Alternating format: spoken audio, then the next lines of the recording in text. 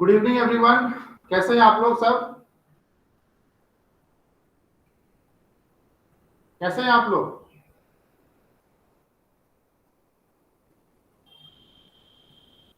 Okay, तो जैसा कि आपको मैंने पहले भी बताया है कि क्या चीज के लिए वेबिनार कंडक्ट करवा रहा हूं मैं। This webinar is conducted for the selection of the optional subjects. मेरी आवाज क्लियरली आ रही है सभी को? Yes sir. ओके, सो ऑप्शनल सब्जेक्ट्स जो कि थर्ड सेमेस्टर में आपको सेलेक्ट करना होगा बहुत ही क्रूशियल होता है, क्योंकि ये इसी पर डिपेंड करता है कि आप थर्ड सेमेस्टर में कितने आसानी से और कितने एफिशिएंटली स्कोर कर पाएंगे। क्योंकि जब आप सिलेक्शन नहीं कर पाते हैं अच्छे सब्जेक्ट का, तो आपके लिए बहुत डिफिकल्ट हो जाता है उस सब्जेक्ट को पढ़ना। और खास करके तब जब आप बिल्कुल ही अनअवेयर है that what that subject is all about. तो सब्जेक्ट को जानने के लिए आपको पहले जानना पड़ेगा कि उस सब्जेक्ट को क्या क्या उसमें पढ़ना है। और दूसरा चीज ये जानना होगा कि उस सब्जेक्ट को पढ़ के आप फ्यूचर में किस तरीके से आपको बेनिफिट मिल सकता है। तो ये दो चीजें हैं जिसको सोचने के बाद ही आपको किसी ऑप्शनल सब्जेक्ट को चुनना चाहिए। क्योंकि लॉ के सब्जेक्ट्स में ऑलरेडी आप लोग अलग अलग स्ट्रीम से आए हुए हैं, सो मैं ये मान के चलूंगा कि आपको लॉ के बारे में कुछ भी नहीं आता है। और मैं एकदम बेस से स्टार्ट करूंगा कि कैसे क्या और कौन से सब्जेक्ट को चुनना चाहिए और क्यों चुनना चाहिए। ठीक है? अच्छा, तो आपको सिलेक्शन के लिए 3 सब्जेक्ट्स दिए जाएंगे। 3 सब्जेक्ट्स में से आपको एक सब्जेक्ट चुनना है। 4 सब्जेक्ट्स आपके होंगे जो कि कंपलसरी होंगे, और 3 सब्जेक्ट्स में से एक सब्जेक्ट आपको चुनना होगा। ओके, सो इन तीनों में से आप नाम अगर पढ़ेंगे इन तीनों का, तो शायद ही आपको कुछ समझ में आएगा कि हम इन सब्जेक्ट्स में क्या पढ़ेंगे। लेकिन जैसे जैसे हम आगे बढ़ेंगे क्लास में, आप समझते जाएंगे कि किस सब्जेक्ट में क्या पढ़ते हैं और उससे आगे आपको क्या बेनिफिट मिलने वाला है। क्योंकि this is not the first and the last time जिसमें कि आपको ऑप्शनल सब्जेक्ट चुनना है। इसमें जब आप आगे जाइएगा फोर्थ सेमेस्टर, उससे आगे फिफ्थ और सिक्स्थ, तो इन सभी सेमेस्टर्स में आपको ऑप्शनल सब्जेक्ट चुनना है। तो मेरा ये कैलकुलेशन है कि अगर आप अभी से प्रॉपर सिलेक्शन लेकर चलिएगा, तो जब आपका सर छठा सेमेस्टर होगा उस वक्त तक आते आते आपका एक ऐसा सब्जेक्ट होगा जो कि एकदम प्रॉपरली पूरा आपने अच्छे से पढ़ लिया होगा। लेकिन अगर आपका सर सिलेक्शन गलत सुनिए हो सर। जाता है। हाँ जी। भैया वो बोर्ड उल्टा दिख रहा सर है। बोर्ड इन्वर्टेड, इमेज जो आ रहा है, वीडियो ओके इन्वर्टेड आ ओके रहा है sir. Okay okay okay. So अब ठीक है? हाँ सर अभी ठीक है। ओके ओके ओके, ठीक है।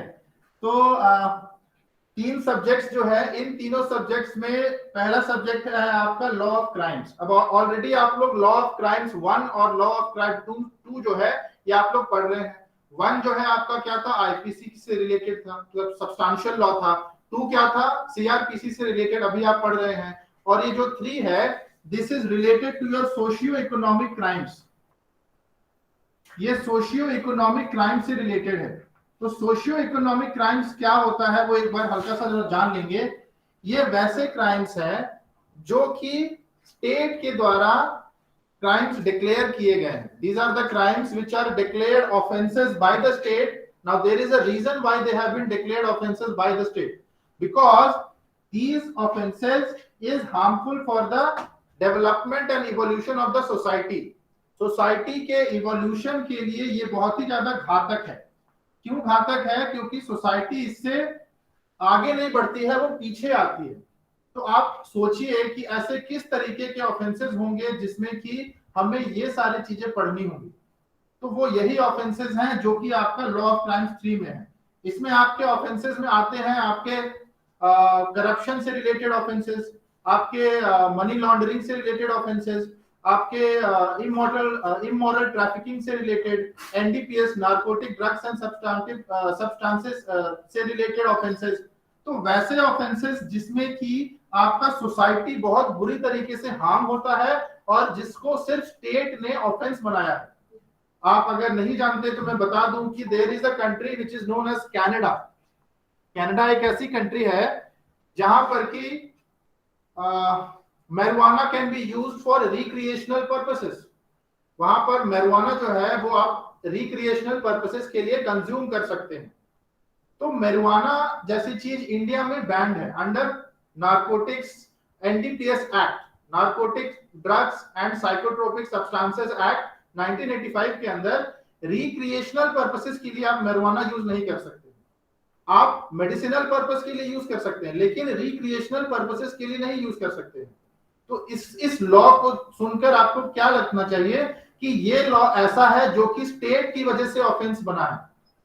अगर स्टेट चाहे तो इसको ऑफेंस से हटा सकता है, लेकिन आपके आईपीसी के अंदर में जो ऑफेंसेस हैं और आईपीसी के अंदर में जो क्राइम्स हैं, फिर आप बोलेगा कि उनको भी आपके सेक्शन 377 में डीक्रिमिनलाइज कर दिया है। तो वो ऑफेंसेस को डीक्रिमिनलाइज तो किया है, but the nature of the offenses are such कि वो ह्यूमैनिटी के लिए नुकसान है, वो मतलब इंसान के लिए नुकसानदायक है, सोसाइटी पर उसका इफेक्ट थोड़ा सा कम है। लेकिन ये ऐसे हैं जो कि आपके पैसे से रिलेटेड ऑफेंसेस है, सोसाइटी से रिलेटेड ऑफेंसेस है। इन ऑफेंसेस का सोसाइटी और इकोनॉमी पर ज्यादा इफेक्ट पड़ता है, तो इसीलिए स्टेट जो है उनको रेगुलेट करने के लिए उनको ऑफेंसेस की कैटेगरी में डाल देती है ताकि लोग जो है उसको करने से बचे, वो उस चीज को ना करें। तो लॉ ऑफ क्राइम्स 3 में आप जो बचे खुचे हुए जो आपके एक्ट्स हैं जो कि अभी तक आपने नहीं पढ़ा है, अपने सीआरपीसी पढ़ लिया है, अपने आईपीसी पढ़ लिया है क्रिमिनल लॉ में, है ना, तो आपके जो बचे एक्ट्स हैं 4 एक्ट हैं, आपको इसमें 4 एक्ट पढ़ना होगा। पहला एक्ट है आपका इमोरल ट्रैफिक प्रिवेंशन एक्ट 1956, जिसमें कि इमोरल तरीके से अगर ट्रैफिकिंग होता है विमेन का तो उस पर किस तरीके से हम रोक लगा सकते हैं, या फिर विमेन को जो प्रोस्टिट्यूशन में जो ढकेला जाता है तो उसको कैसे रेगुलेट कर सकते हैं, उन ऑफेंसेस को हम इस एक्ट में देखते हैं। दूसरा है आपका NDPS act, narcotic drugs and psychotropic substances act 1985। तो सोचिए कि 1985 से पहले एनडीपीएस एक्ट नहीं था, तो कुछ और लॉज थे जो कि यूज ऑफ ड्रग्स को रेगुलेट करते थे कि ड्रग्स को आप एक limited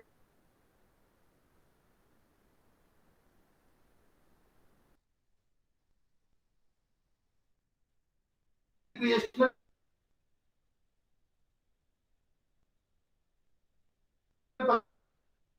drugs and psychotropic substances act 1985 में पढ़ते हैं। Then your third one is your money laundering act 2002।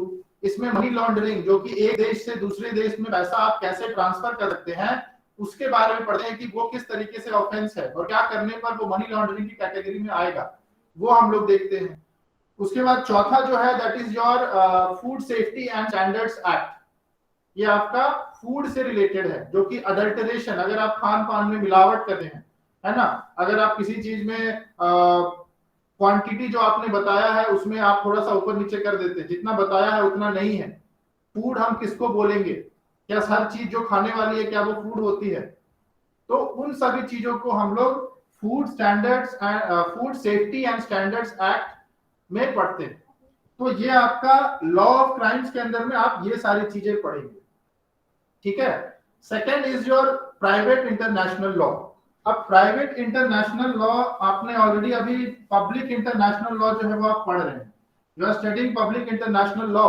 और जब आप पब्लिक इंटरनेशनल लॉ पढ़ रहे हैं तो आपको डिफरेंस बताया गया होगा प्राइवेट इंटरनेशनल लॉ और पब्लिक इंटरनेशनल लॉ। तो आखिर प्राइवेट वर्ड ऐड कर देने से इंटरनेशनल लॉ का कौन सा लॉ लागू होगा उस चीज पर, वो हमें इस चीज में पढ़ाया जाएगा। तो बेसिकली अगर आप सिलेबस उठाकर देखेंगे प्राइवेट इंटरनेशनल लॉ का जो कि आपका सिलेबस है, तो उसमें you will find that there are very much sections of CPC. CPC के बहुत सारे सेक्शंस इस पे लगे हुए हैं, क्योंकि जनरली प्राइवेट इंटरनेशनल लॉ क्या होता है, मतलब लेमैन की भाषा में अगर मैं बताऊं तो प्राइवेट इंटरनेशनल लॉ मतलब कि जो भी कंपनीज होती है, कंपनीज जो भी आपस में बिजनेस करती है, तो ऐसा तो जरूरी नहीं है कि एक कंट्री के लोग ही आपस में बिजनेस करेंगे कंपनीज में। तो अलग अगर दूसरे देश के कंपनीज अगर बिजनेस करने के लिए आती है इंडिया में, तो इंडिया में ऑलरेडी पहले से कॉम्पिटिटर्स मौजूद हैं, इंडिया में ऑलरेडी बहुत सारी कंपनियां हैं। तो बाहर से जब कोई कंपनी इंडिया में आती है तो एकदम से वो पूरा का पूरा अपना वहां से जत्था उठाकर नहीं ले आती है। व्हाट दे डू, पहले वो देखती है कि क्या उसके प्रोडक्ट का मार्केट यहाँ पर मिलेगा या नहीं मिलेगा। तो जब बाहर से वो कोई कंपनी आती है इंडिया में, तो वो पहले किसी न किसी इंडियन कंपनी के साथ कोलैबोरेशन में आती है, अनलेस एंड अनटिल कि वो कंपनी जो है बहुत ही बड़ी है और पहले से ही उसने अनुमान लगा लिया है कि हमारे प्रोडक्ट का यहाँ अच्छा मार्केट है। तो जब वो इंडिया में आएगी तो किसी न किसी के साथ जब वो कोलैबोरेशन बनाएगी, तो आप सोचिए कि बाहर की कंपनी, बाहर के लोग और वो इंडियन कंपनी के साथ जब कोलैबोरेशन करेगी, तो बाहर की कंपनी इंडियन लॉज के हिसाब से गवर्न होगी या वहां जहां से वो आई है वहां के हिसाब से गवर्न होगी। तो उनके बीच में कॉन्ट्रैक्ट साइन होता है, इंडियन कंपनी और फॉरेन कंपनीज में कॉन्ट्रैक्ट साइन होता है। उस कॉन्ट्रैक्ट के जो टर्म्स होंगे, that must not be violative of the laws, वो लॉ के वायलेशन में तो हो नहीं सकता है। तो आखिर वो कौन से लॉज हैं जो कि उस कॉन्ट्रैक्ट पर लगेगा जो कि उन दोनों कंपनीज ने आपस में साइन किया है। तो उस चीज के लिए हमें जिस कंट्री में वो आ रहे हैं, जिस कंट्री में वो आ रहे हैं बिजनेस करने के लिए, उस कंट्री के लॉज जो हैं, कुछ हद तक वो लॉज लगेंगे, कुछ हद तक इंटरनेशनल कस्टम्स लगेंगे और कुछ हद तक उनके कंट्रीज के लॉ लगेंगे। अगर वो इंटरनेशनल कोर्ट ऑफ जस्टिस में लेके चले जाते हैं, तो फिर इंटरनेशनल कोर्ट ऑफ जस्टिस जो है वो किस जगह का लॉ लगाएगा। तो उसके बीच में जो कॉन्ट्रडिक्शन होता है कि उस कंट्री का लॉ लगाएं कि जिसके देश में वो कंपनी एस्टैब्लिश्ड है, उस कंट्री में लगाएं जिसमें कि जिसका कि वो रहने वाला है, या फिर उस कंट्री का लगाएं जिसके साथ उसने नेगोशिएशन किया है। तो मैंने तो आपको अभी बस इंडिया का एग्जांपल दिया, एक और छोटा सा एग्जांपल देकर समझाने की कोशिश करता हूं कि मान लीजिए कि दिस इज इंडिया, अब ये इंडिया है, ठीक है, ये आपका चाइना है और ये आपका अमेरिका है, ठीक है। अमेरिकन कंपनी है, there is a company which is based in America and there is a company which is based in India, ठीक है। अब ये इंडियन कंपनी और अमेरिकन कंपनी क्या सोचती है कि चलिए हम दोनों मिलकर एक कोलैबोरेशन करते हैं और हम दोनों मिलकर कहां पर, चाइना में अपने दोनों कंपनीज के कोलैबोरेशन से एक अपना बिजनेस सेटअप करते हैं। ये कंपनी अमेरिका की है, ये कंपनी इंडिया की है, जहां पर ये बिजनेस सेटअप कर रहे हैं वो चाइना का है। तो मुझे बताइए कि अगर कोई डिस्प्यूट होगा इन दो कंपनीज के बीच में, या फिर चाइना और इन दोनों कंपनीज के बीच में अगर कोई डिस्प्यूट होता है, तो ये जो यहाँ पर सेटअप किया है इन लोगों ने, इसके ऊपर कौन से कंट्री का लॉ लगेगा, अमेरिका का लगेगा, इंडिया का लगेगा या चाइना का लगेगा। क्योंकि लैंड तो चाइना का है, रिसोर्सेस तो कुछ हद तक चाइना के आप यूज कर रहे हैं, है ना, ह्यूमन कैपिटल आप चाइनीज पॉपुलेशन को रखे हैं, तो कौन से कंट्री का लॉ लगना चाहिए यहाँ पर। तो ऐसा नहीं है कि अगर यहाँ चाइना पर है तो पूरा का पूरा लॉ जो लगेगा वो चाइनीज कंट्री का ही लगेगा, और ऐसा भी नहीं है कि अमेरिका का ज्यादा स्टेक है इस कंपनी में तो अमेरिकन लॉ लगेगा, ठीक है। लॉ उसी देश का लगेगा जो कि लॉ है एक्चुअली में। तो इसी डिस्प्यूट को रिजॉल्व करने के लिए हम लोगों ने प्राइवेट इंटरनेशनल लॉ का इजाद किया है, और इसमें हम लोग यही चीज पढ़ते हैं कि इस तरीके की सिचुएशंस में, इन तरीके के सिचुएशंस में कौन सी जगह का लॉ लगेगा, अमेरिका का लगेगा, इंडिया का लगेगा, चाइना का लगेगा या कहीं और का लगेगा। तो ये सिर्फ बिजनेस तक सीमित नहीं रहता है, this is also based on marriages. अगर शादी आपने किसी फॉरेनर से कर लिया, तो फिर उस शादी में अगर अडॉप्शन है या डाइवोर्स है, तो वो मेंटेनेंस है, तो वो कौन से लॉ से गवर्न होगा, ये भी आपके प्राइवेट इंटरनेशनल लॉ में ही पढ़ा जाएगा। तो पब्लिक इंटरनेशनल लॉ और प्राइवेट इंटरनेशनल लॉ में फर्क यही होता है कि प्राइवेट के अंदर में प्राइवेट प्लेयर्स ज्यादा प्रोमिनेंट होते हैं और पब्लिक के अंदर में स्टेट काम करता है। In public state is the main player जिसके ऊपर लॉ जो है वो लगता है, मतलब जो सब्जेक्ट होता है। In case of private, subjects are the individual corporations और कंपनीज और एक इंडिविजुअल। लेकिन जो पब्लिक इंटरनेशनल लॉ होता है उसमें जो सब्जेक्ट होता है वो स्टेट होता है, ठीक है। और साथ ही साथ सब्जेक्ट इसका पब्लिक इंटरनेशनल लॉ में आप अगर पढ़ रहे हैं अच्छे से इंटरनेशनल लॉ, तो वहां पर आप इंडिविजुअल्स और इंटरनेशनल ऑर्गेनाइजेशंस, ये भी आपके सब्जेक्ट्स होते हैं पब्लिक इंटरनेशनल लॉ में। लेकिन प्राइवेट इंटरनेशनल लॉ में जो बड़ी बड़ी कंपनियां हैं, जो बड़े बड़े लोग हैं, अगर कंपनी नहीं है फिर भी वो एक बिजनेसमैन है, तो उस तरीके से, या एक इंडिविजुअल ही है, जैसा कि मैंने कि बताया कि शादी के मामलों में भी प्राइवेट इंटरनेशनल लॉ लगता है। जैसे मान लीजिए कि एक इंसान है जो कि अमेरिका का है, उसके साथ एक लड़की इंडिया की शादी कर लेती है।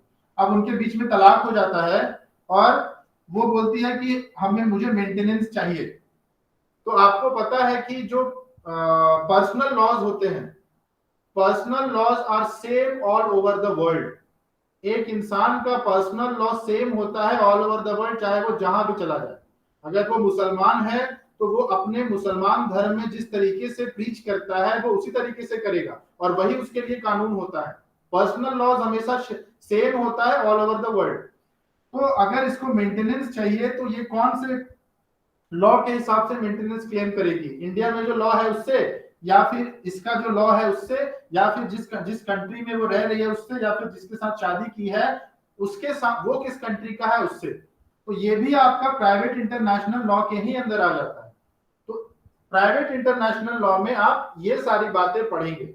इसमें आपके सीपीसी भी आएगी, क्योंकि सीपीसी जो है दैट इज, उसमें आपके बहुत सारे सेक्शंस ऐसे हैं जो कि आपका डायरेक्टली रूल गवर्न करते हैं प्राइवेट इंटरनेशनल लॉ को। अब इंपॉर्टेंट ये हो जाता है कि, अच्छा पहले वो बाद में देखेंगे, पहले ये तीसरा वाला देख लेते हैं कि तीसरा वाला में हम क्या पढ़ेंगे। Media law and censorship act.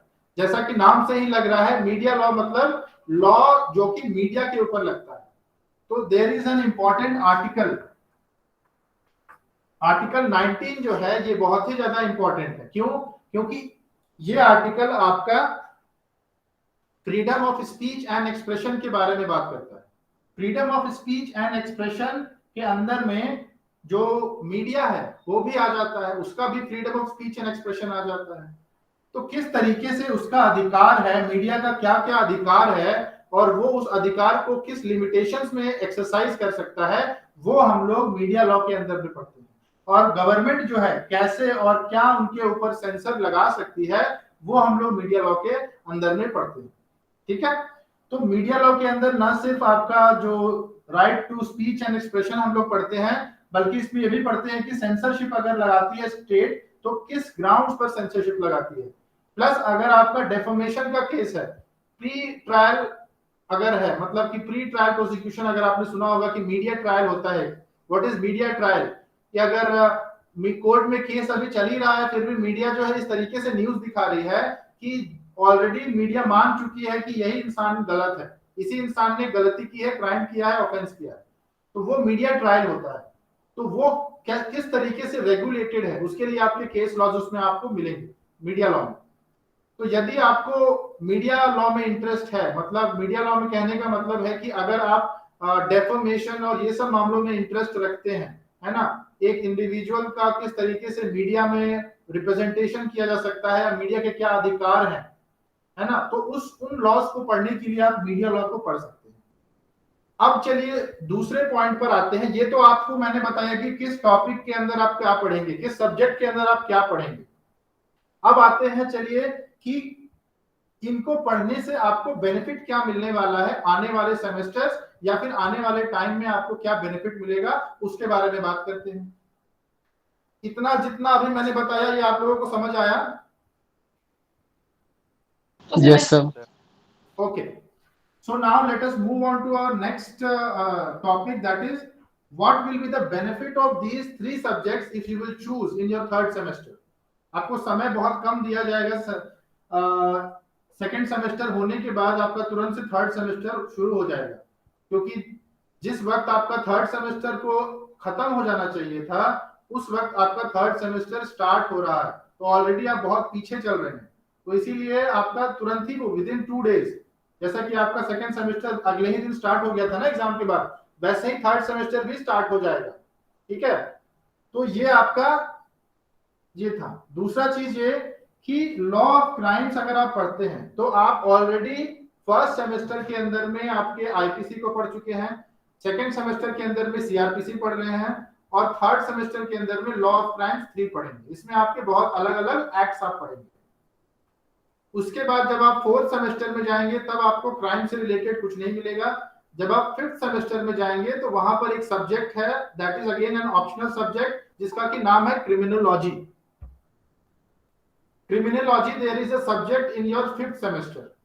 अब उसमें क्या पढ़ेंगे? उसमें हम पढ़ेंगे जो प्रिंसिपल्स आप पढ़ते हैं ना, आप जो प्रिंसिपल अप्लाई करते हैं क्रिमिनल लॉ में, तो वो प्रिंसिपल किस तरीके से इवॉल्व होकर आए हैं, वो प्रिंसिपल किस तरीके से रोल प्ले करते हैं क्रिमिनल लॉ के अंदर में, और क्यों इनका इंपॉर्टेंस है, किस तरीके से काम करते हैं, वो सारी थ्योरेटिकल पोर्शंस जो है वो आप पढ़ेंगे उसमें। Criminology is actually a philosophical subject, criminal philosophy जिसको हम लोग बोल सकते हैं।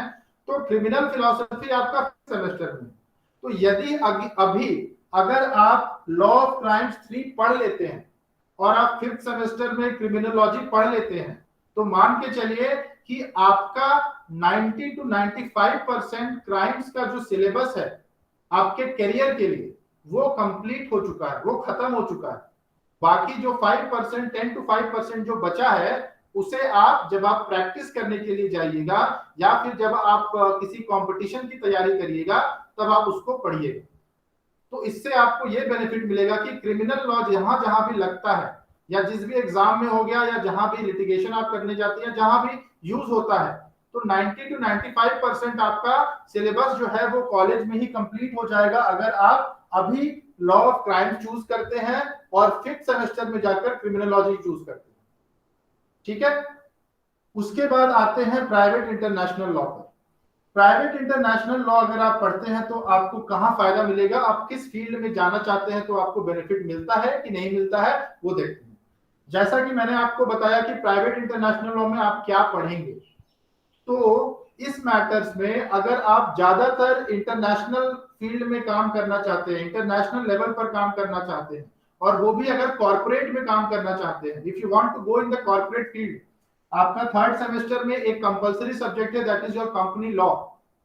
अगर आप कॉर्पोरेट फील्ड में काम करना चाहते हैं तो उसमें आपको private international law international sphere में काम करने के लिए बहुत मदद करेगा, क्योंकि वहां पर जो कॉन्ट्रैक्ट साइन होता है अलग अलग कंट्रीज के कंपनीज के बीच में, तो उनके ऊपर यही लॉ लगता है, that is your private international law.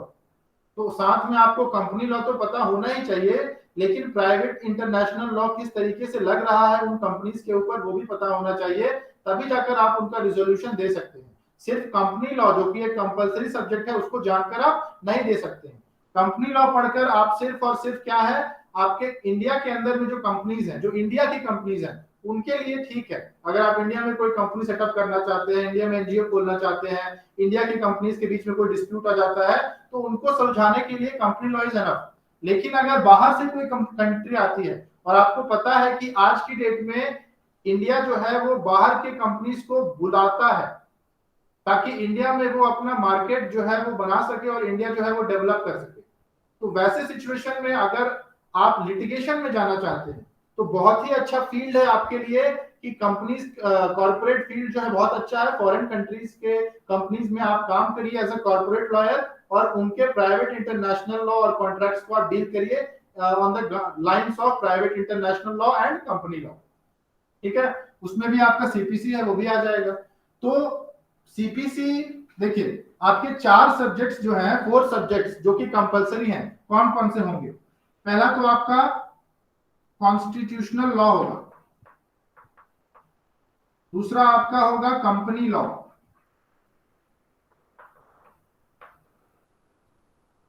तीसरा है आपका सीपीसी, और चौथा है आपका स्पेशल कॉन्ट्रैक्ट।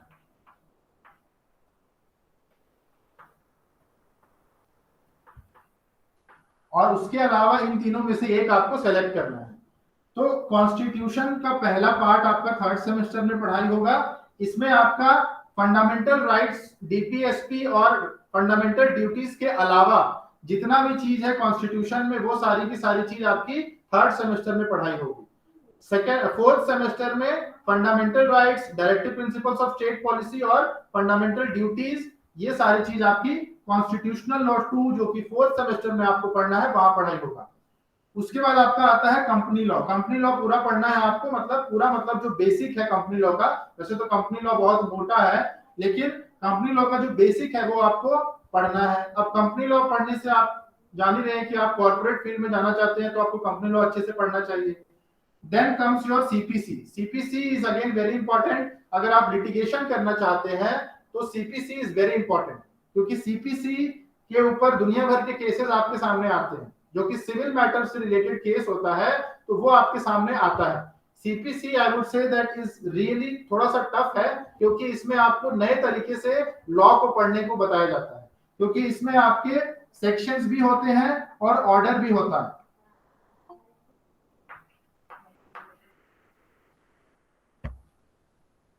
इसमें आपका सेक्शन भी होगा और ऑर्डर भी होगा।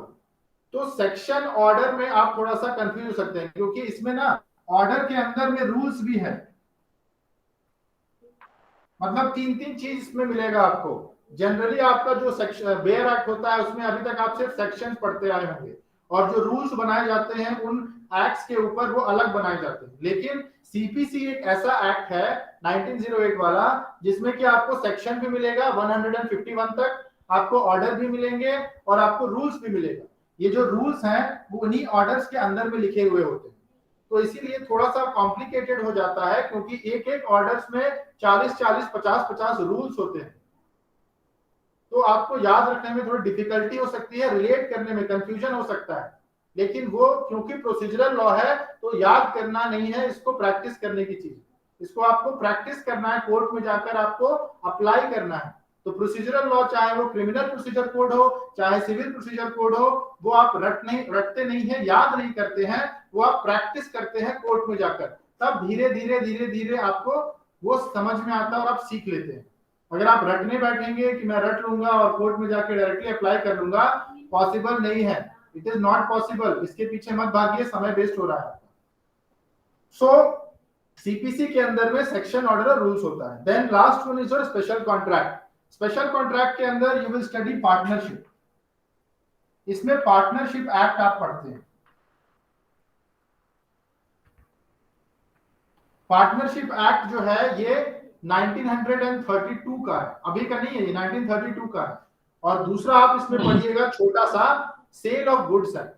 तो पार्टनरशिप एक्ट और सेल ऑफ गुड्स एक्ट ये दोनों पहले कहां किसके पार्ट थे?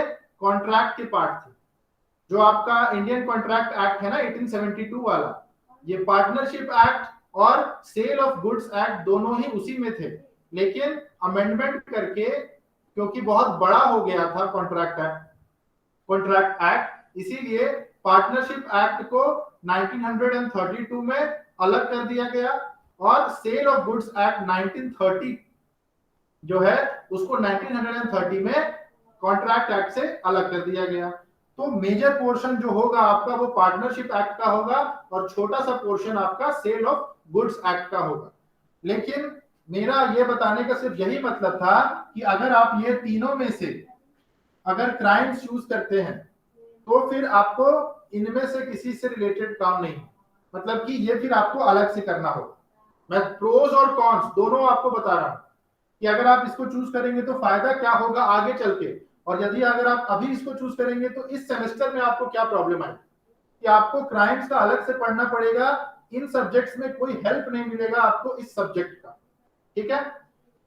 अगर आप प्राइवेट इंटरनेशनल लॉ लेते हैं तो आपको फ्यूचर में चलकर उतना हेल्प नहीं मिलेगा। अगर आप प्राइवेट इंटरनेशनल लॉ लेते हैं तो फ्यूचर में चलकर उतना हेल्प नहीं मिलेगा, अगर आप फॉरेन नहीं जाना चाहते हैं या कॉर्पोरेट फॉरेन कंट्रीज में नहीं जाना चाहते हैं, बड़ी बड़ी बाहर की कंपनियों में नहीं एज एन लॉ एडवोकेट काम करना चाहते हैं। लेकिन अगर आप सिलेबस के हिसाब से देखें तो प्राइवेट इंटरनेशनल लॉ और कंपनी लॉ, इन दोनों में बहुत सारी चीजें आपको कॉमन मिलेंगी, क्योंकि अल्टीमेटली जो प्राइवेट इंटरनेशनल लॉ है कंपनीज लॉ के आधार पर ही कंपनी जो है वो कॉन्ट्रैक्ट करती है ना। प्लस आपका इंडियन कॉन्ट्रैक्ट एक्ट जो कि आपने पढ़ा है, प्लस पार्टनरशिप एक्ट, ये भी आपका लागू हो जाएगा प्राइवेट इंटरनेशनल लॉ में। हालांकि ये आपके सिलेबस का पार्ट नहीं होगा यहाँ पर, लेकिन कुछ चीजें आपकी सिलेबस में आपको मिलेंगी and you can relate it. आप अगर कॉमर्स बैकग्राउंड के हैं तो आप रिलेट कर सकते हैं इन दोनों के अंदर में, company law, private international law, partnership, इनमें आप रिलेट कर सकते हैं। और प्राइवेट इंटरनेशनल लॉ में आपका सीपीसी तो है ही, तो देखिए किस तरीके से प्राइवेट इंटरनेशनल लॉ पढ़कर आप कॉन्स्टिट्यूशन के अलावा सारे सब्जेक्ट के साथ रिलेट कर पा रहे हैं, और कॉन्स्टिट्यूशन तो सारे सब्जेक्ट के साथ रिलेट होता है, तो ये तो आपका कॉमन रहेगा सारे सब्जेक्ट के साथ, क्योंकि इसी के हिसाब के आपके सारे लॉज जो है वो बनाए जाएंगे। तो ये आपका प्रो हो गया, कॉन हो गया प्राइवेट इंटरनेशनल लॉ। अब आते हैं media law and censorship. Media law and censorship पे जैसा कि मैंने बताया, article 19 is the most important section या आर्टिकल ऑफ मीडिया लॉ, तो वो आपका कॉन्स्टिट्यूशन से लिंक होता है। कॉन्स्टिट्यूशन में क्योंकि आपको पढ़ना है फंडामेंटल राइट्स, तो आपका मीडिया लॉ से रिलेट होगा, लेकिन इस सेमेस्टर में नहीं पढ़ाई होगा। कॉन्स्टिट्यूशनल लॉ में जो 4th सेमेस्टर है उसमें आपका पढ़ाई होगा फंडामेंटल राइट्स। तो जब आपने अगर मीडिया लॉ अच्छे से पढ़ा होगा तो फिर वहां आप रिलेट कर पाएंगे उसको, ठीक है। उसके बाद सेंसरशिप एक्ट जो है, बाकी जो है वो आपका रिलेटेड नहीं है। सीपीसी आप रिलेट कर सकते हैं यहाँ पर थोड़ा सा, लेकिन बहुत थोड़ा सा, मिनिमम मतलब जिसको बोलते हैं। स्पेशल कॉन्ट्रैक्ट जो है उसका लेना देना नहीं है मीडिया लॉ से। तो देखिए कि इस तरीके से मीडिया लॉ भी जो है सिर्फ आपका सीपीसी से थोड़ा बहुत रिलेटेड है, प्राइवेट इंटरनेशनल लॉ मैक्सिमम से रिलेटेड है, लॉ ऑफ क्राइम्स जो है किसी से रिलेटेड नहीं। लेकिन फ्यूचर में अगर आप सब्जेक्ट चूज करना होगा आपको 5th सेमेस्टर में जाकर, क्रिमिनोलॉजी अगर आपको पढ़ना है, क्राइम के ऊपर 6 सेमेस्टर आते आते तक अच्छा कंट्रोल करना है, you must go for this. और बहुत इजी है ये, इसमें क्योंकि ना आपके बस बेयर एक्ट है, बेयर एक्ट आपको पढ़ना है, इसमें आपको थ्योरी पढ़ना है, बहुत सारा थ्योरी है इसमें, दुनिया भर का लॉ है, इसमें आपको थ्योरी भी पढ़ना है और सेक्शन और आर्टिकल दोनों पढ़ना है। उसके बाद इजी के हिसाब से अगर देखें तो इजी तो कुछ भी नहीं है। Law itself is not an easy subject unless you have logic in it. अगर आप इसमें लॉजिक खोजिएगा तो बहुत आसानी से हो जाएगा, अगर आप इसमें लॉजिक के अलावा कुछ खोज रहे हैं तो आपका वो बहुत डिफिकल्ट हो जाएगा। तो law is all about common sense and logic. कुछ ही ऐसी चीजें हैं जिसपे कि कॉमन सेंस काम नहीं करता है लॉ बनाने के दौरान, लेकिन maximum portion of law is made by logic and the benefit to the society. Harm करने के लिए लॉ नहीं बनाया जाता है। तो अगर हम 4th सेमेस्टर की बात करें तो 4th सेमेस्टर में आपका इससे जो अभी आप यहाँ पर ऑप्शनल ले रहे हैं ज्यादा इफेक्ट नहीं पड़ेगा, बस थोड़ा सा, बहुत थोड़ा सा मीडिया लॉ और कॉन्स्टिट्यूशन में लिंक मिलेगा, ठीक है। 4th सेमेस्टर आपका बहुत अलग हो जाता है, उसमें लेबर लॉ, उसके बाद आपका उसमें 2 ऑप्शंस आपको चूज करने होते हैं। In 4th semester you have to choose 2 optionals, उसके बारे में हम बाद में बात करेंगे, लेकिन अभी फिलहाल के लिए आपको जो सिलेक्शन करना होगा वो इन्हीं 3 सब्जेक्ट्स में करना होगा। तो आई होप कि आपको समझ आ गया कि इन तीनों सब्जेक्ट्स में से आपके लिए सबसे ज्यादा बेनिफिशियल कौन रहेगा, ताकि आप सिलेक्शन जो है वो आसानी से कर ले और आपको फ्यूचर में जो सेमेस्टर्स आएंगे उनमें भी बेनिफिट मिल जाए। तो आई होप कि जितना मैंने अभी बताया है ये आपको अच्छे से समझ में आ गया होगा। अगर किसी चीज से रिलेटेड कोई डाउट है तो आप प्लीज पूछ लीजिए। भाई जुडिशरी के लिए जो पेपर में अपीयर होना है उसमें किस सब्जेक्ट का इंपॉर्टेंस ज्यादा होगा? जुडिशरी में ये ज्यादा होता है, this is important, law of crimes. Private international law से मतलब नहीं है जुडिशरी को, पब्लिक इंटरनेशनल लॉ से भी मतलब नहीं है जुडिशरी को। आप जब हायर जुडिशरी में जाते हैं ना तो वहां पर मैटर जो है वो प्राइवेट और पब्लिक इंपॉर्टेंट हो जाता है, लेकिन जो जुडिशरी का पेपर होता है उसमें एंट्रेंस निकालने के लिए ये इंपॉर्टेंट है। और मीडिया लॉ जो है वो भी आपका उतना इंपॉर्टेंट नहीं है जितना कि एग्जाम निकालने के लिए ये इंपॉर्टेंट है, लॉ ऑफ क्राइम्स। और कोई?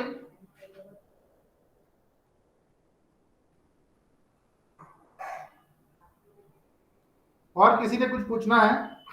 ये सारी बातें जो हैं ये आपको परसों शायद आपका वेबिनार है कॉलेज की तरफ से, तो वहां पे आपको मिल जाएगा ये सारी बातें। लेकिन मैंने जब वेबिनार अटेंड किया था कॉलेज वाला तो मुझे नहीं समझ में आया था बहुत, इसीलिए मैंने सोचा कि आपको वहां सुनने से पहले आपको मैं ही बता देता हूं कि क्या क्या चीज आपको पढ़ना है, क्योंकि वहां पर नहीं समझ आता है, फिर आप गलत सिलेक्शन कर लीजिएगा, फिर आपका प्रॉब्लम शुरू हो जाएगा। और एक चीज बता दूं, मटेरियल जो आपको मिलेगा ना मीडिया लॉ के लिए और प्राइवेट इंटरनेशनल लॉ के लिए, मटेरियल जो है वो आपको इंडियनाइज नहीं है। कहने का मतलब है कि इंडियन लॉ ऑथर जो है वो बहुत अच्छा मटेरियल नहीं लिखे हैं, प्राइवेट इंटरनेशनल लॉ और मीडिया लॉ के ऊपर। क्राइम्स के ऊपर इंडियन ऑथर्स में काफी अच्छा मटेरियल जो है वो मिल जाएगा आपको, लेकिन इनमें मटेरियल का प्रॉब्लम आता है थोड़ा। सर ये मीडिया लॉ में फ्यूचर में आगे सेमेस्टर्स में कहाँ हेल्प हो सकता है मीडिया लॉ में? आगे सेमेस्टर्स में बस इसका आप लिंक हो सकता है कॉन्स्टिट्यूशनल लॉ 2 से, और इसके अलावा और आपका कहीं भी यूज नहीं मीडिया लॉ।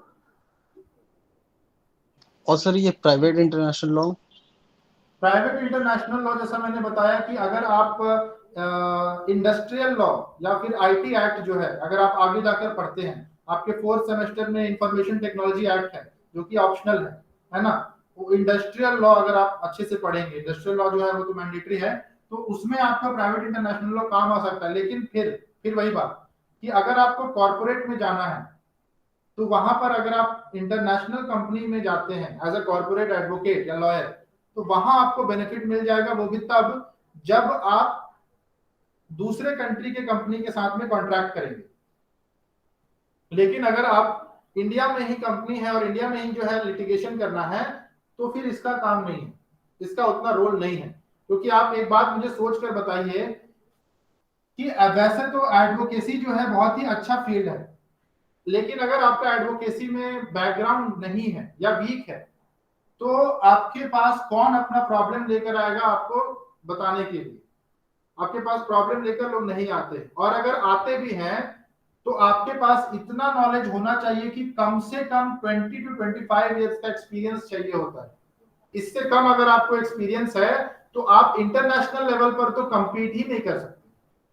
आप इंडिया के जितने भी लॉयर्स हैं, एडवोकेट्स हैं, या वर्ल्ड के जितने भी लॉयर एडवोकेट हैं, उनको उठाकर उनका हिस्ट्री बायोग्राफी जितना भी ऐसा पढ़ लीजिए, you will see that come से कम 20 to 25 ईयर एक्सपीरियंस के बाद ही अगर उनका बैकग्राउंड नहीं है तो उनको क्लाइंट्स मिलते हैं जो कि इंटरनेशनल लेवल पर उनसे काम करवाते हैं। लेकिन अगर उससे पहले आप देखें तो आप नहीं मिलेगा इंटरनेशनल लेवल पर काम करने के लिए, unless and until you already have a base. आपको ऑलरेडी जो है वो घर में कोई है जो कि काम कर रहा है, आपको अपने साथ काम करवाता है, तो वो अलग बात है। लेकिन अगर आपका बेस नहीं है, कोई घर में नहीं है, बैकअप नहीं है, तो इंटरनेशनल लेवल पर पहुंचते पहुंचते 20 साल कम से कम मान के चलिए कि आपका लगेगा। अगर आपके पास इतना समय है और आपका डेडिकेशन है, तो फिर आप बिल्कुल प्राइवेट इंटरनेशनल लॉ पढ़िए, अच्छे से पढ़िए। और मेरा कहना यह है कि अभी जो आप पढ़ रहे हैं, this is not the entire law, this is only the law which basic understanding you should have। तो अभी क्यों ना हम वैसी चीजों को पढ़ें, क्योंकि मैं वही करता हूं, अभी क्यों ना हम वैसी चीजों को पढ़ें जो कि ज्यादा से ज्यादा फिलॉसफी के ऊपर बेस्ड है और ज्यादा से ज्यादा मेरा लॉ के ऊपर अंडरस्टैंडिंग बढ़ाएगा। प्राइवेट इंटरनेशनल लॉ में लॉ के ऊपर अंडरस्टैंडिंग बढ़ने की बात कम होती है और लॉ जो है वो ज्यादा होता है। मैं अंडरस्टैंडिंग की अगर बात करूं तो लॉ किस तरीके से काम करता है उसके बारे में बता रहा हूं। अगर आप क्राइम्स पढ़ेंगे ना, तो क्राइम्स के अंदर में क्रिमिनोलॉजी, मैं इसीलिए बार बार बोल रहा हूं क्योंकि मैं अभी 5th सेमेस्टर में क्रिमिनोलॉजी ही पढ़ने वाला हूं, because I studied this and I will tell you that why I am studying criminology. क्योंकि criminology is the philosophy of crime. तो जब हम लोग क्राइम की फिलॉसफी को समझेंगे, तब हम समझ पाएंगे कि जो जज बैठा है वहां पर, वो जो जजमेंट सुना रहा है, वो वैसा जजमेंट क्यों दे रहा है, और वो दूसरे तरीके से नहीं दे रहा है, क्यों नहीं दे रहा है। आज की डेट में जो इंडिया में क्राइम्स रेट इतना बढ़ गया है, वो क्यों बढ़ गया है? क्या हमारे जो लॉ है उनके ऊपर क्यों अच्छे से लागू नहीं हो पा रहे हैं? तो आपके पास एक दो रीजन तो मिल जाएगा, लेकिन जो मेजर रीजन है, जो कोर है कि क्यों नहीं जो क्रिमिनल लॉ है वो क्राइम रेट को घटा पा रहे हैं, वो आप तभी जान पाइएगा जब आप नेचर समझ पाइएगा कि ये जो क्रिमिनल लॉ है उसका नेचर कैसा है। तो इसीलिए मैं आपको पर्सनल रिकमेंडेशन अगर आप बोलिएगा तो I will tell you that law of crimes आप लीजिए, क्योंकि इससे आपका लॉ का अंडरस्टैंडिंग क्लियर होगा। ये सारी चीजें ना आप बाद में जब आपका सिलेबस कंप्लीट हो जाएगा ना 6ठे सेमेस्टर तक, तो आप इनसे रिलेटेड जो लॉज है उसको बाद में पढ़ भी सकते हैं। ये पढ़ने वाली चीजें हैं, ये अंडरस्टैंडिंग वाली चीज। This is all about understanding. उसी तरीके से constitutional law is all about understanding, इसीलिए ये आपका कंपलसरी है क्योंकि इसमें बेसिक चीजें आपको बताएंगी। Company law is all about understanding. Company law यहाँ क्यों नहीं बताया, यहाँ क्यों प्राइवेट लॉ यहाँ बता रहा है, कंपनी लॉ यहाँ बता रहा है? क्योंकि प्राइवेट लॉ कंपनी लॉ के साथ में मिलकर लगेगा, और उस कंट्री का कंपनी लॉ तो आपको पता ही होना चाहिए जिस कंट्री में आप लिटिगेशन कर रहे हैं। तो इसीलिए आपका प्राइवेट लॉ को ऑप्शनल रखा गया है, कंपनी लॉ को मैंडेटरी कर दिया गया। सीपीसी तो मैंडेटरी होना ही है और स्पेशल कॉन्ट्रैक्ट को एक्स्ट्रा रख लिया गया है। तो रीजन समझने की कोशिश करिए that why these subjects have been given as an optional. कुछ रीजन होगा तभी ऑप्शनल दिया गया है, और मेरे हिसाब से रीजन यही है कि आपको एक 6 सेमेस्टर तक आते आते आपका एक फील्ड में कमांड हो जाए और लॉ को समझना सीख जाए। क्योंकि अभी आपको मौका है कॉलेज में, आप लॉ कैसे पढ़ते हैं, लॉ कैसे अप्लाई करते हैं, ये अभी आप समझ सकते हैं कॉलेज में जब तक है। लेकिन अगर आप लिटिगेशन में एक बार उतर जाइएगा, फिर you are on your own, आपके पास कोई नहीं होगा बताने के लिए, तो वहां पर आपको समझना मुश्किल हो जाएगा। तो ये आपका इसीलिए इस तरीके से आपको सिलेक्शन देना चाहिए। और कोई डाउट हो? सर यस सर लिटिगेशन के लॉ ऑफ क्राइम्स तो ज्यादा सही रहेगा ना? हाँ, वही तो मैं बोल रहा हूँ ना कि law of crimes is much better और इजी भी पड़ेगा आपको। हालांकि आपको अलग से भी पढ़ना पड़ेगा बाकी चीज, लेकिन इजी पड़ेगा क्योंकि इसमें बेयर एक्ट है। ऑलरेडी आप 2 पार्ट पढ़ चुके हैं ना क्राइम्स का, आप एक पार्ट और पढ़ लीजिए, क्या फर्क पड़ेगा? आपका कम से कम एक टॉपिक तो पूरा कंप्लीट हो जाएगा ना। वैसे भी आप अगर कंपटीशन देते हैं, यूपीएससी का हो चाहे आपका इसका हो, जुडिशरी का हो, उसमें आपका क्राइम्स जो है IPC, prevention of corruption act, ये सारी चीजें होती हैं। तो इसीलिए आपको ये ज्यादा सुटेबल रहेगा। और कोई डाउट? सर सर आवाज आ रही ना? हाँ हाँ बोलिए। हाँ सर ये कह रहे थे सर, जैसे कि डायरेक्ट अगर लिटिगेशन में सीधे उतरना है मतलब कि एलएलबी के बाद ही, तो हाँ उसमें हाँ लॉ ऑफ क्राइम से सब्जेक्ट सबसे ज्यादा अच्छा रहेगा, क्योंकि प्राइवेट इंटरनेशनल लॉ और मीडिया सेंसर लॉ तो मुझे नहीं लगता ज्यादा यूज में आएगा। देखिए, बात इतनी सी है ना कि जब हम प्रैक्टिस करते हैं तो हम पूरे दुनिया के सामने एज एन एडवोकेट प्रैक्टिस कर रहे हैं, और जब हम प्रैक्टिस करते हैं तो हम किसी के साथ लड़ रहे हैं, हम किसी के लिए लड़ रहे हैं। तो एक बात मैं आपको अभी बता देता हूं क्लियरली कि जब हम किसी के लिए लड़ते हैं ना, तो जिसके अगेंस्ट में लड़ रहे हैं वो हमारे लिए प्रॉब्लम भी क्रिएट कर सकता है। जैसा कि आप सुन रहे हैं अभी कि एडवोकेट प्रोटेक्शन बिल के बारे में चर्चा हो रही है लोकसभा में, क्या जरूरत है इसकी? तो क्राइम हो गया चाहे लैंड हो गया, इनसे रिलेटेड जितने भी लॉज हैं, अगर आप उनसे रिलेटेड प्रैक्टिस करते हैं कोर्ट में, तो आप वैसे इंसान होने चाहिए जो कि फियरलेस होने चाहिए।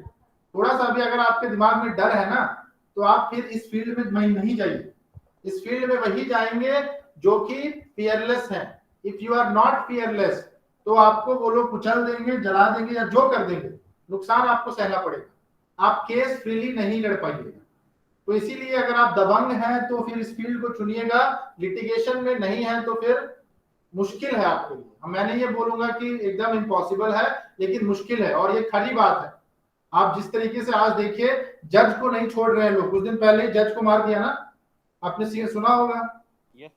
यस सर, उत्तम नगर का। तो जब जज नहीं छूट रहा है तो एडवोकेट कहां से छूटेगा? तो इसीलिए फील्ड ऐसा चुनिए कि आपको हर जगह मदद मिले, लेकिन आपका खुद का नेचर के हिसाब से, आपका नेचर कैसा है, किस चीज को आप ज्यादा सुटेबली अडॉप्ट कर सकते हैं, उसके हिसाब से फील्ड चुनिए। और ये लॉ के सब्जेक्ट को चुनने से आपका फील्ड नहीं सेलेक्ट हो रहा है, ये बस आपका एक सब्जेक्ट है, इसको आप बाद में ही पढ़ सकते हैं। लेकिन मेरा ये कहना है कि आप जब पढ़ ही रहे हैं तो आप इस तरीके से पढ़िए कि आपका जिस चीज को पढ़ रहे हैं, यानी कि आप लॉ पढ़ रहे हैं, तो लॉ के ऊपर कमांड अच्छा हो जाए। तो लॉ के ऊपर जब आपका कमांड अच्छा करना है, तो आपका ये लॉ के ऊपर कमांड अच्छा कर देगा। ये इतना अच्छा नहीं करेगा जितना कि ये करेगा। तो इसीलिए आप देखिएगा कि ज्यादातर स्टूडेंट जो है वो यही लेते हैं। और कोई डाउट? सर एक और डाउट है। हाँ बोलिए। हाँ सर ये कह रहा था, तो फिर सर जो ज्यादा क्लाइंट्स जो आते होंगे उनके केसेस सर क्राइम्स पे ही बेस होते होंगे या फिर ज्यादा से ज्यादा फैमिली लॉ पे बेस होते होंगे? सबसे ज्यादा केसेस जो है वो सिविल मैटर्स के होते हैं। सिविल मैटर्स के केसेस इंडिया में भर भर के हैं, दुनिया भर के हैं, क्योंकि सिविल मैटर में आपका एविडेंस जो है वो हल्का सा भी आपके पास है अगर, तो आपका केस फाइल कर सकते हैं। क्रिमिनल मैटर्स में स्ट्रॉन्ग एविडेंस चाहिए होता है केस फाइल करने के लिए, इसीलिए सिविल मैटर के केस दुनिया भर के हैं, क्रिमिनल मैटर के ऊपर केस कम है।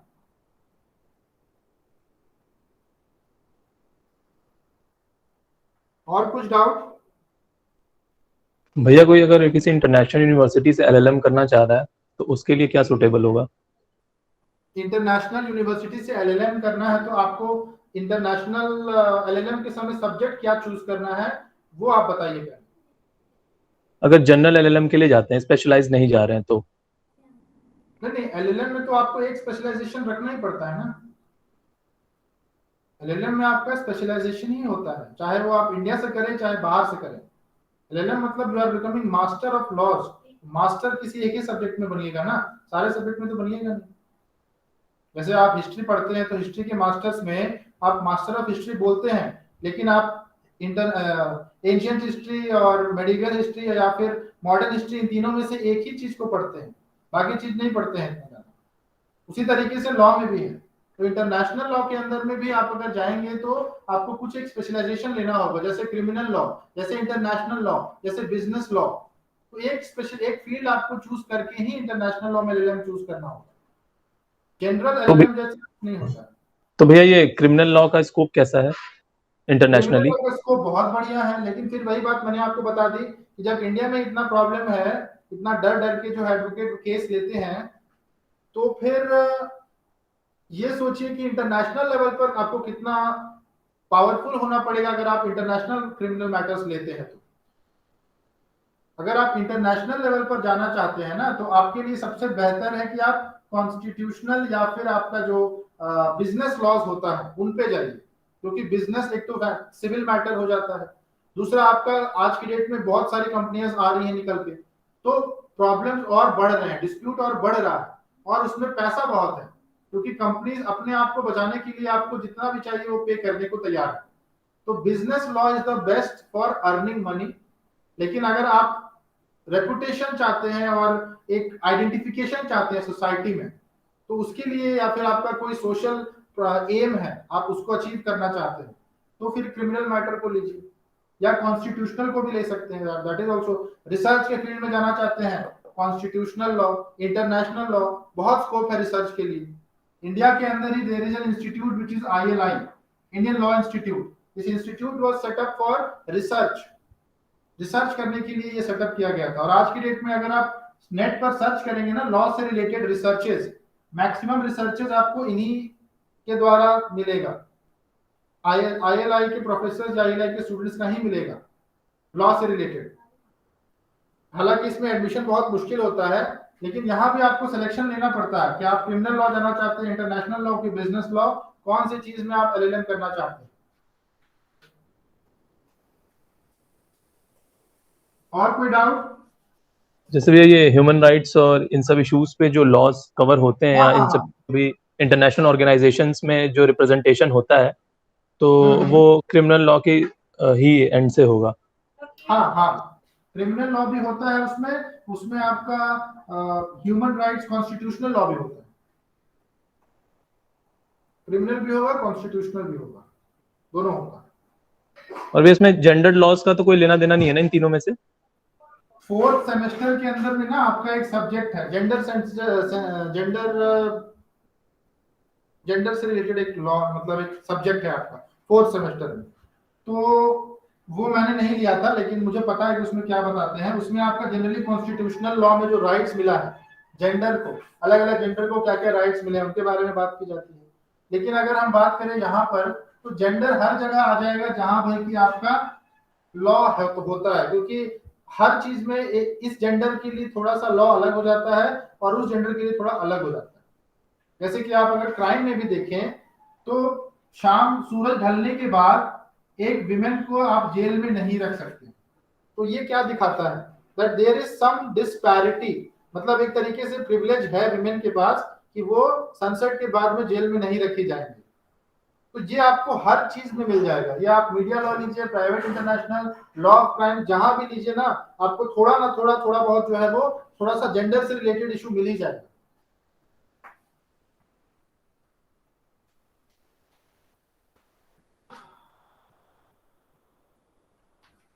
और कुछ डाउट? सर प्लेसमेंट के बारे में थोड़ा आइडिया दीजिए सर। मैं LC2 में इस समय हूँ, तो फिर उसके बारे हाँ में हाँ थोड़ा idea। बोलिए। सर प्लेसमेंट के बारे में थोड़ा आइडिया दे दीजिए। क्या के बारे में? प्लेसमेंट? प्लेसमेंट है सर, लिटिगेशन की कंपनीज आती हैं, तो फिर इन सब के बारे में। देखिए प्लेसमेंट की जहां तक मैं बताऊं आपको बात, तो वैसे तो तीनों सेंटर्स में प्लेसमेंट कमेटी बना दी गई, लेकिन प्लेसमेंट होता नहीं है इतने अच्छे से। और अगर प्लेसमेंट हो भी जाएगा तो आपका पैकेज जो होगा वो इतना ज्यादा नहीं होगा। तो अगर आप इंडिया में हैं और अगर आप लॉ के फील्ड में हैं तो आपको कम कॉलेजेस यानी DU के ऊपर डिपेंडेंसी जो है उसको कम कर देना चाहिए और खुद से अपना करियर के बनाने के बारे में सोचना चाहिए, क्योंकि प्लेसमेंट नाम मात्र के लिए होता है DU में। ये बाकी आपके NLUs के जैसा नहीं है। यहाँ पे नाम मात्र का प्लेसमेंट होता है, मुश्किल से होता है, वो भी बहुत पहुंच होने के बाद होता है। तो आपको ऑप्शन में बताता हूँ, मैं ऑफिशियली जो आपका ऑप्शनल सब्जेक्ट है उसको खत्म कर रहा हूँ और अब मैं आपको जो इसके अलावा जो आपके डाउट्स हैं उनको क्लियर कर देता हूँ। Just let me stop the recording.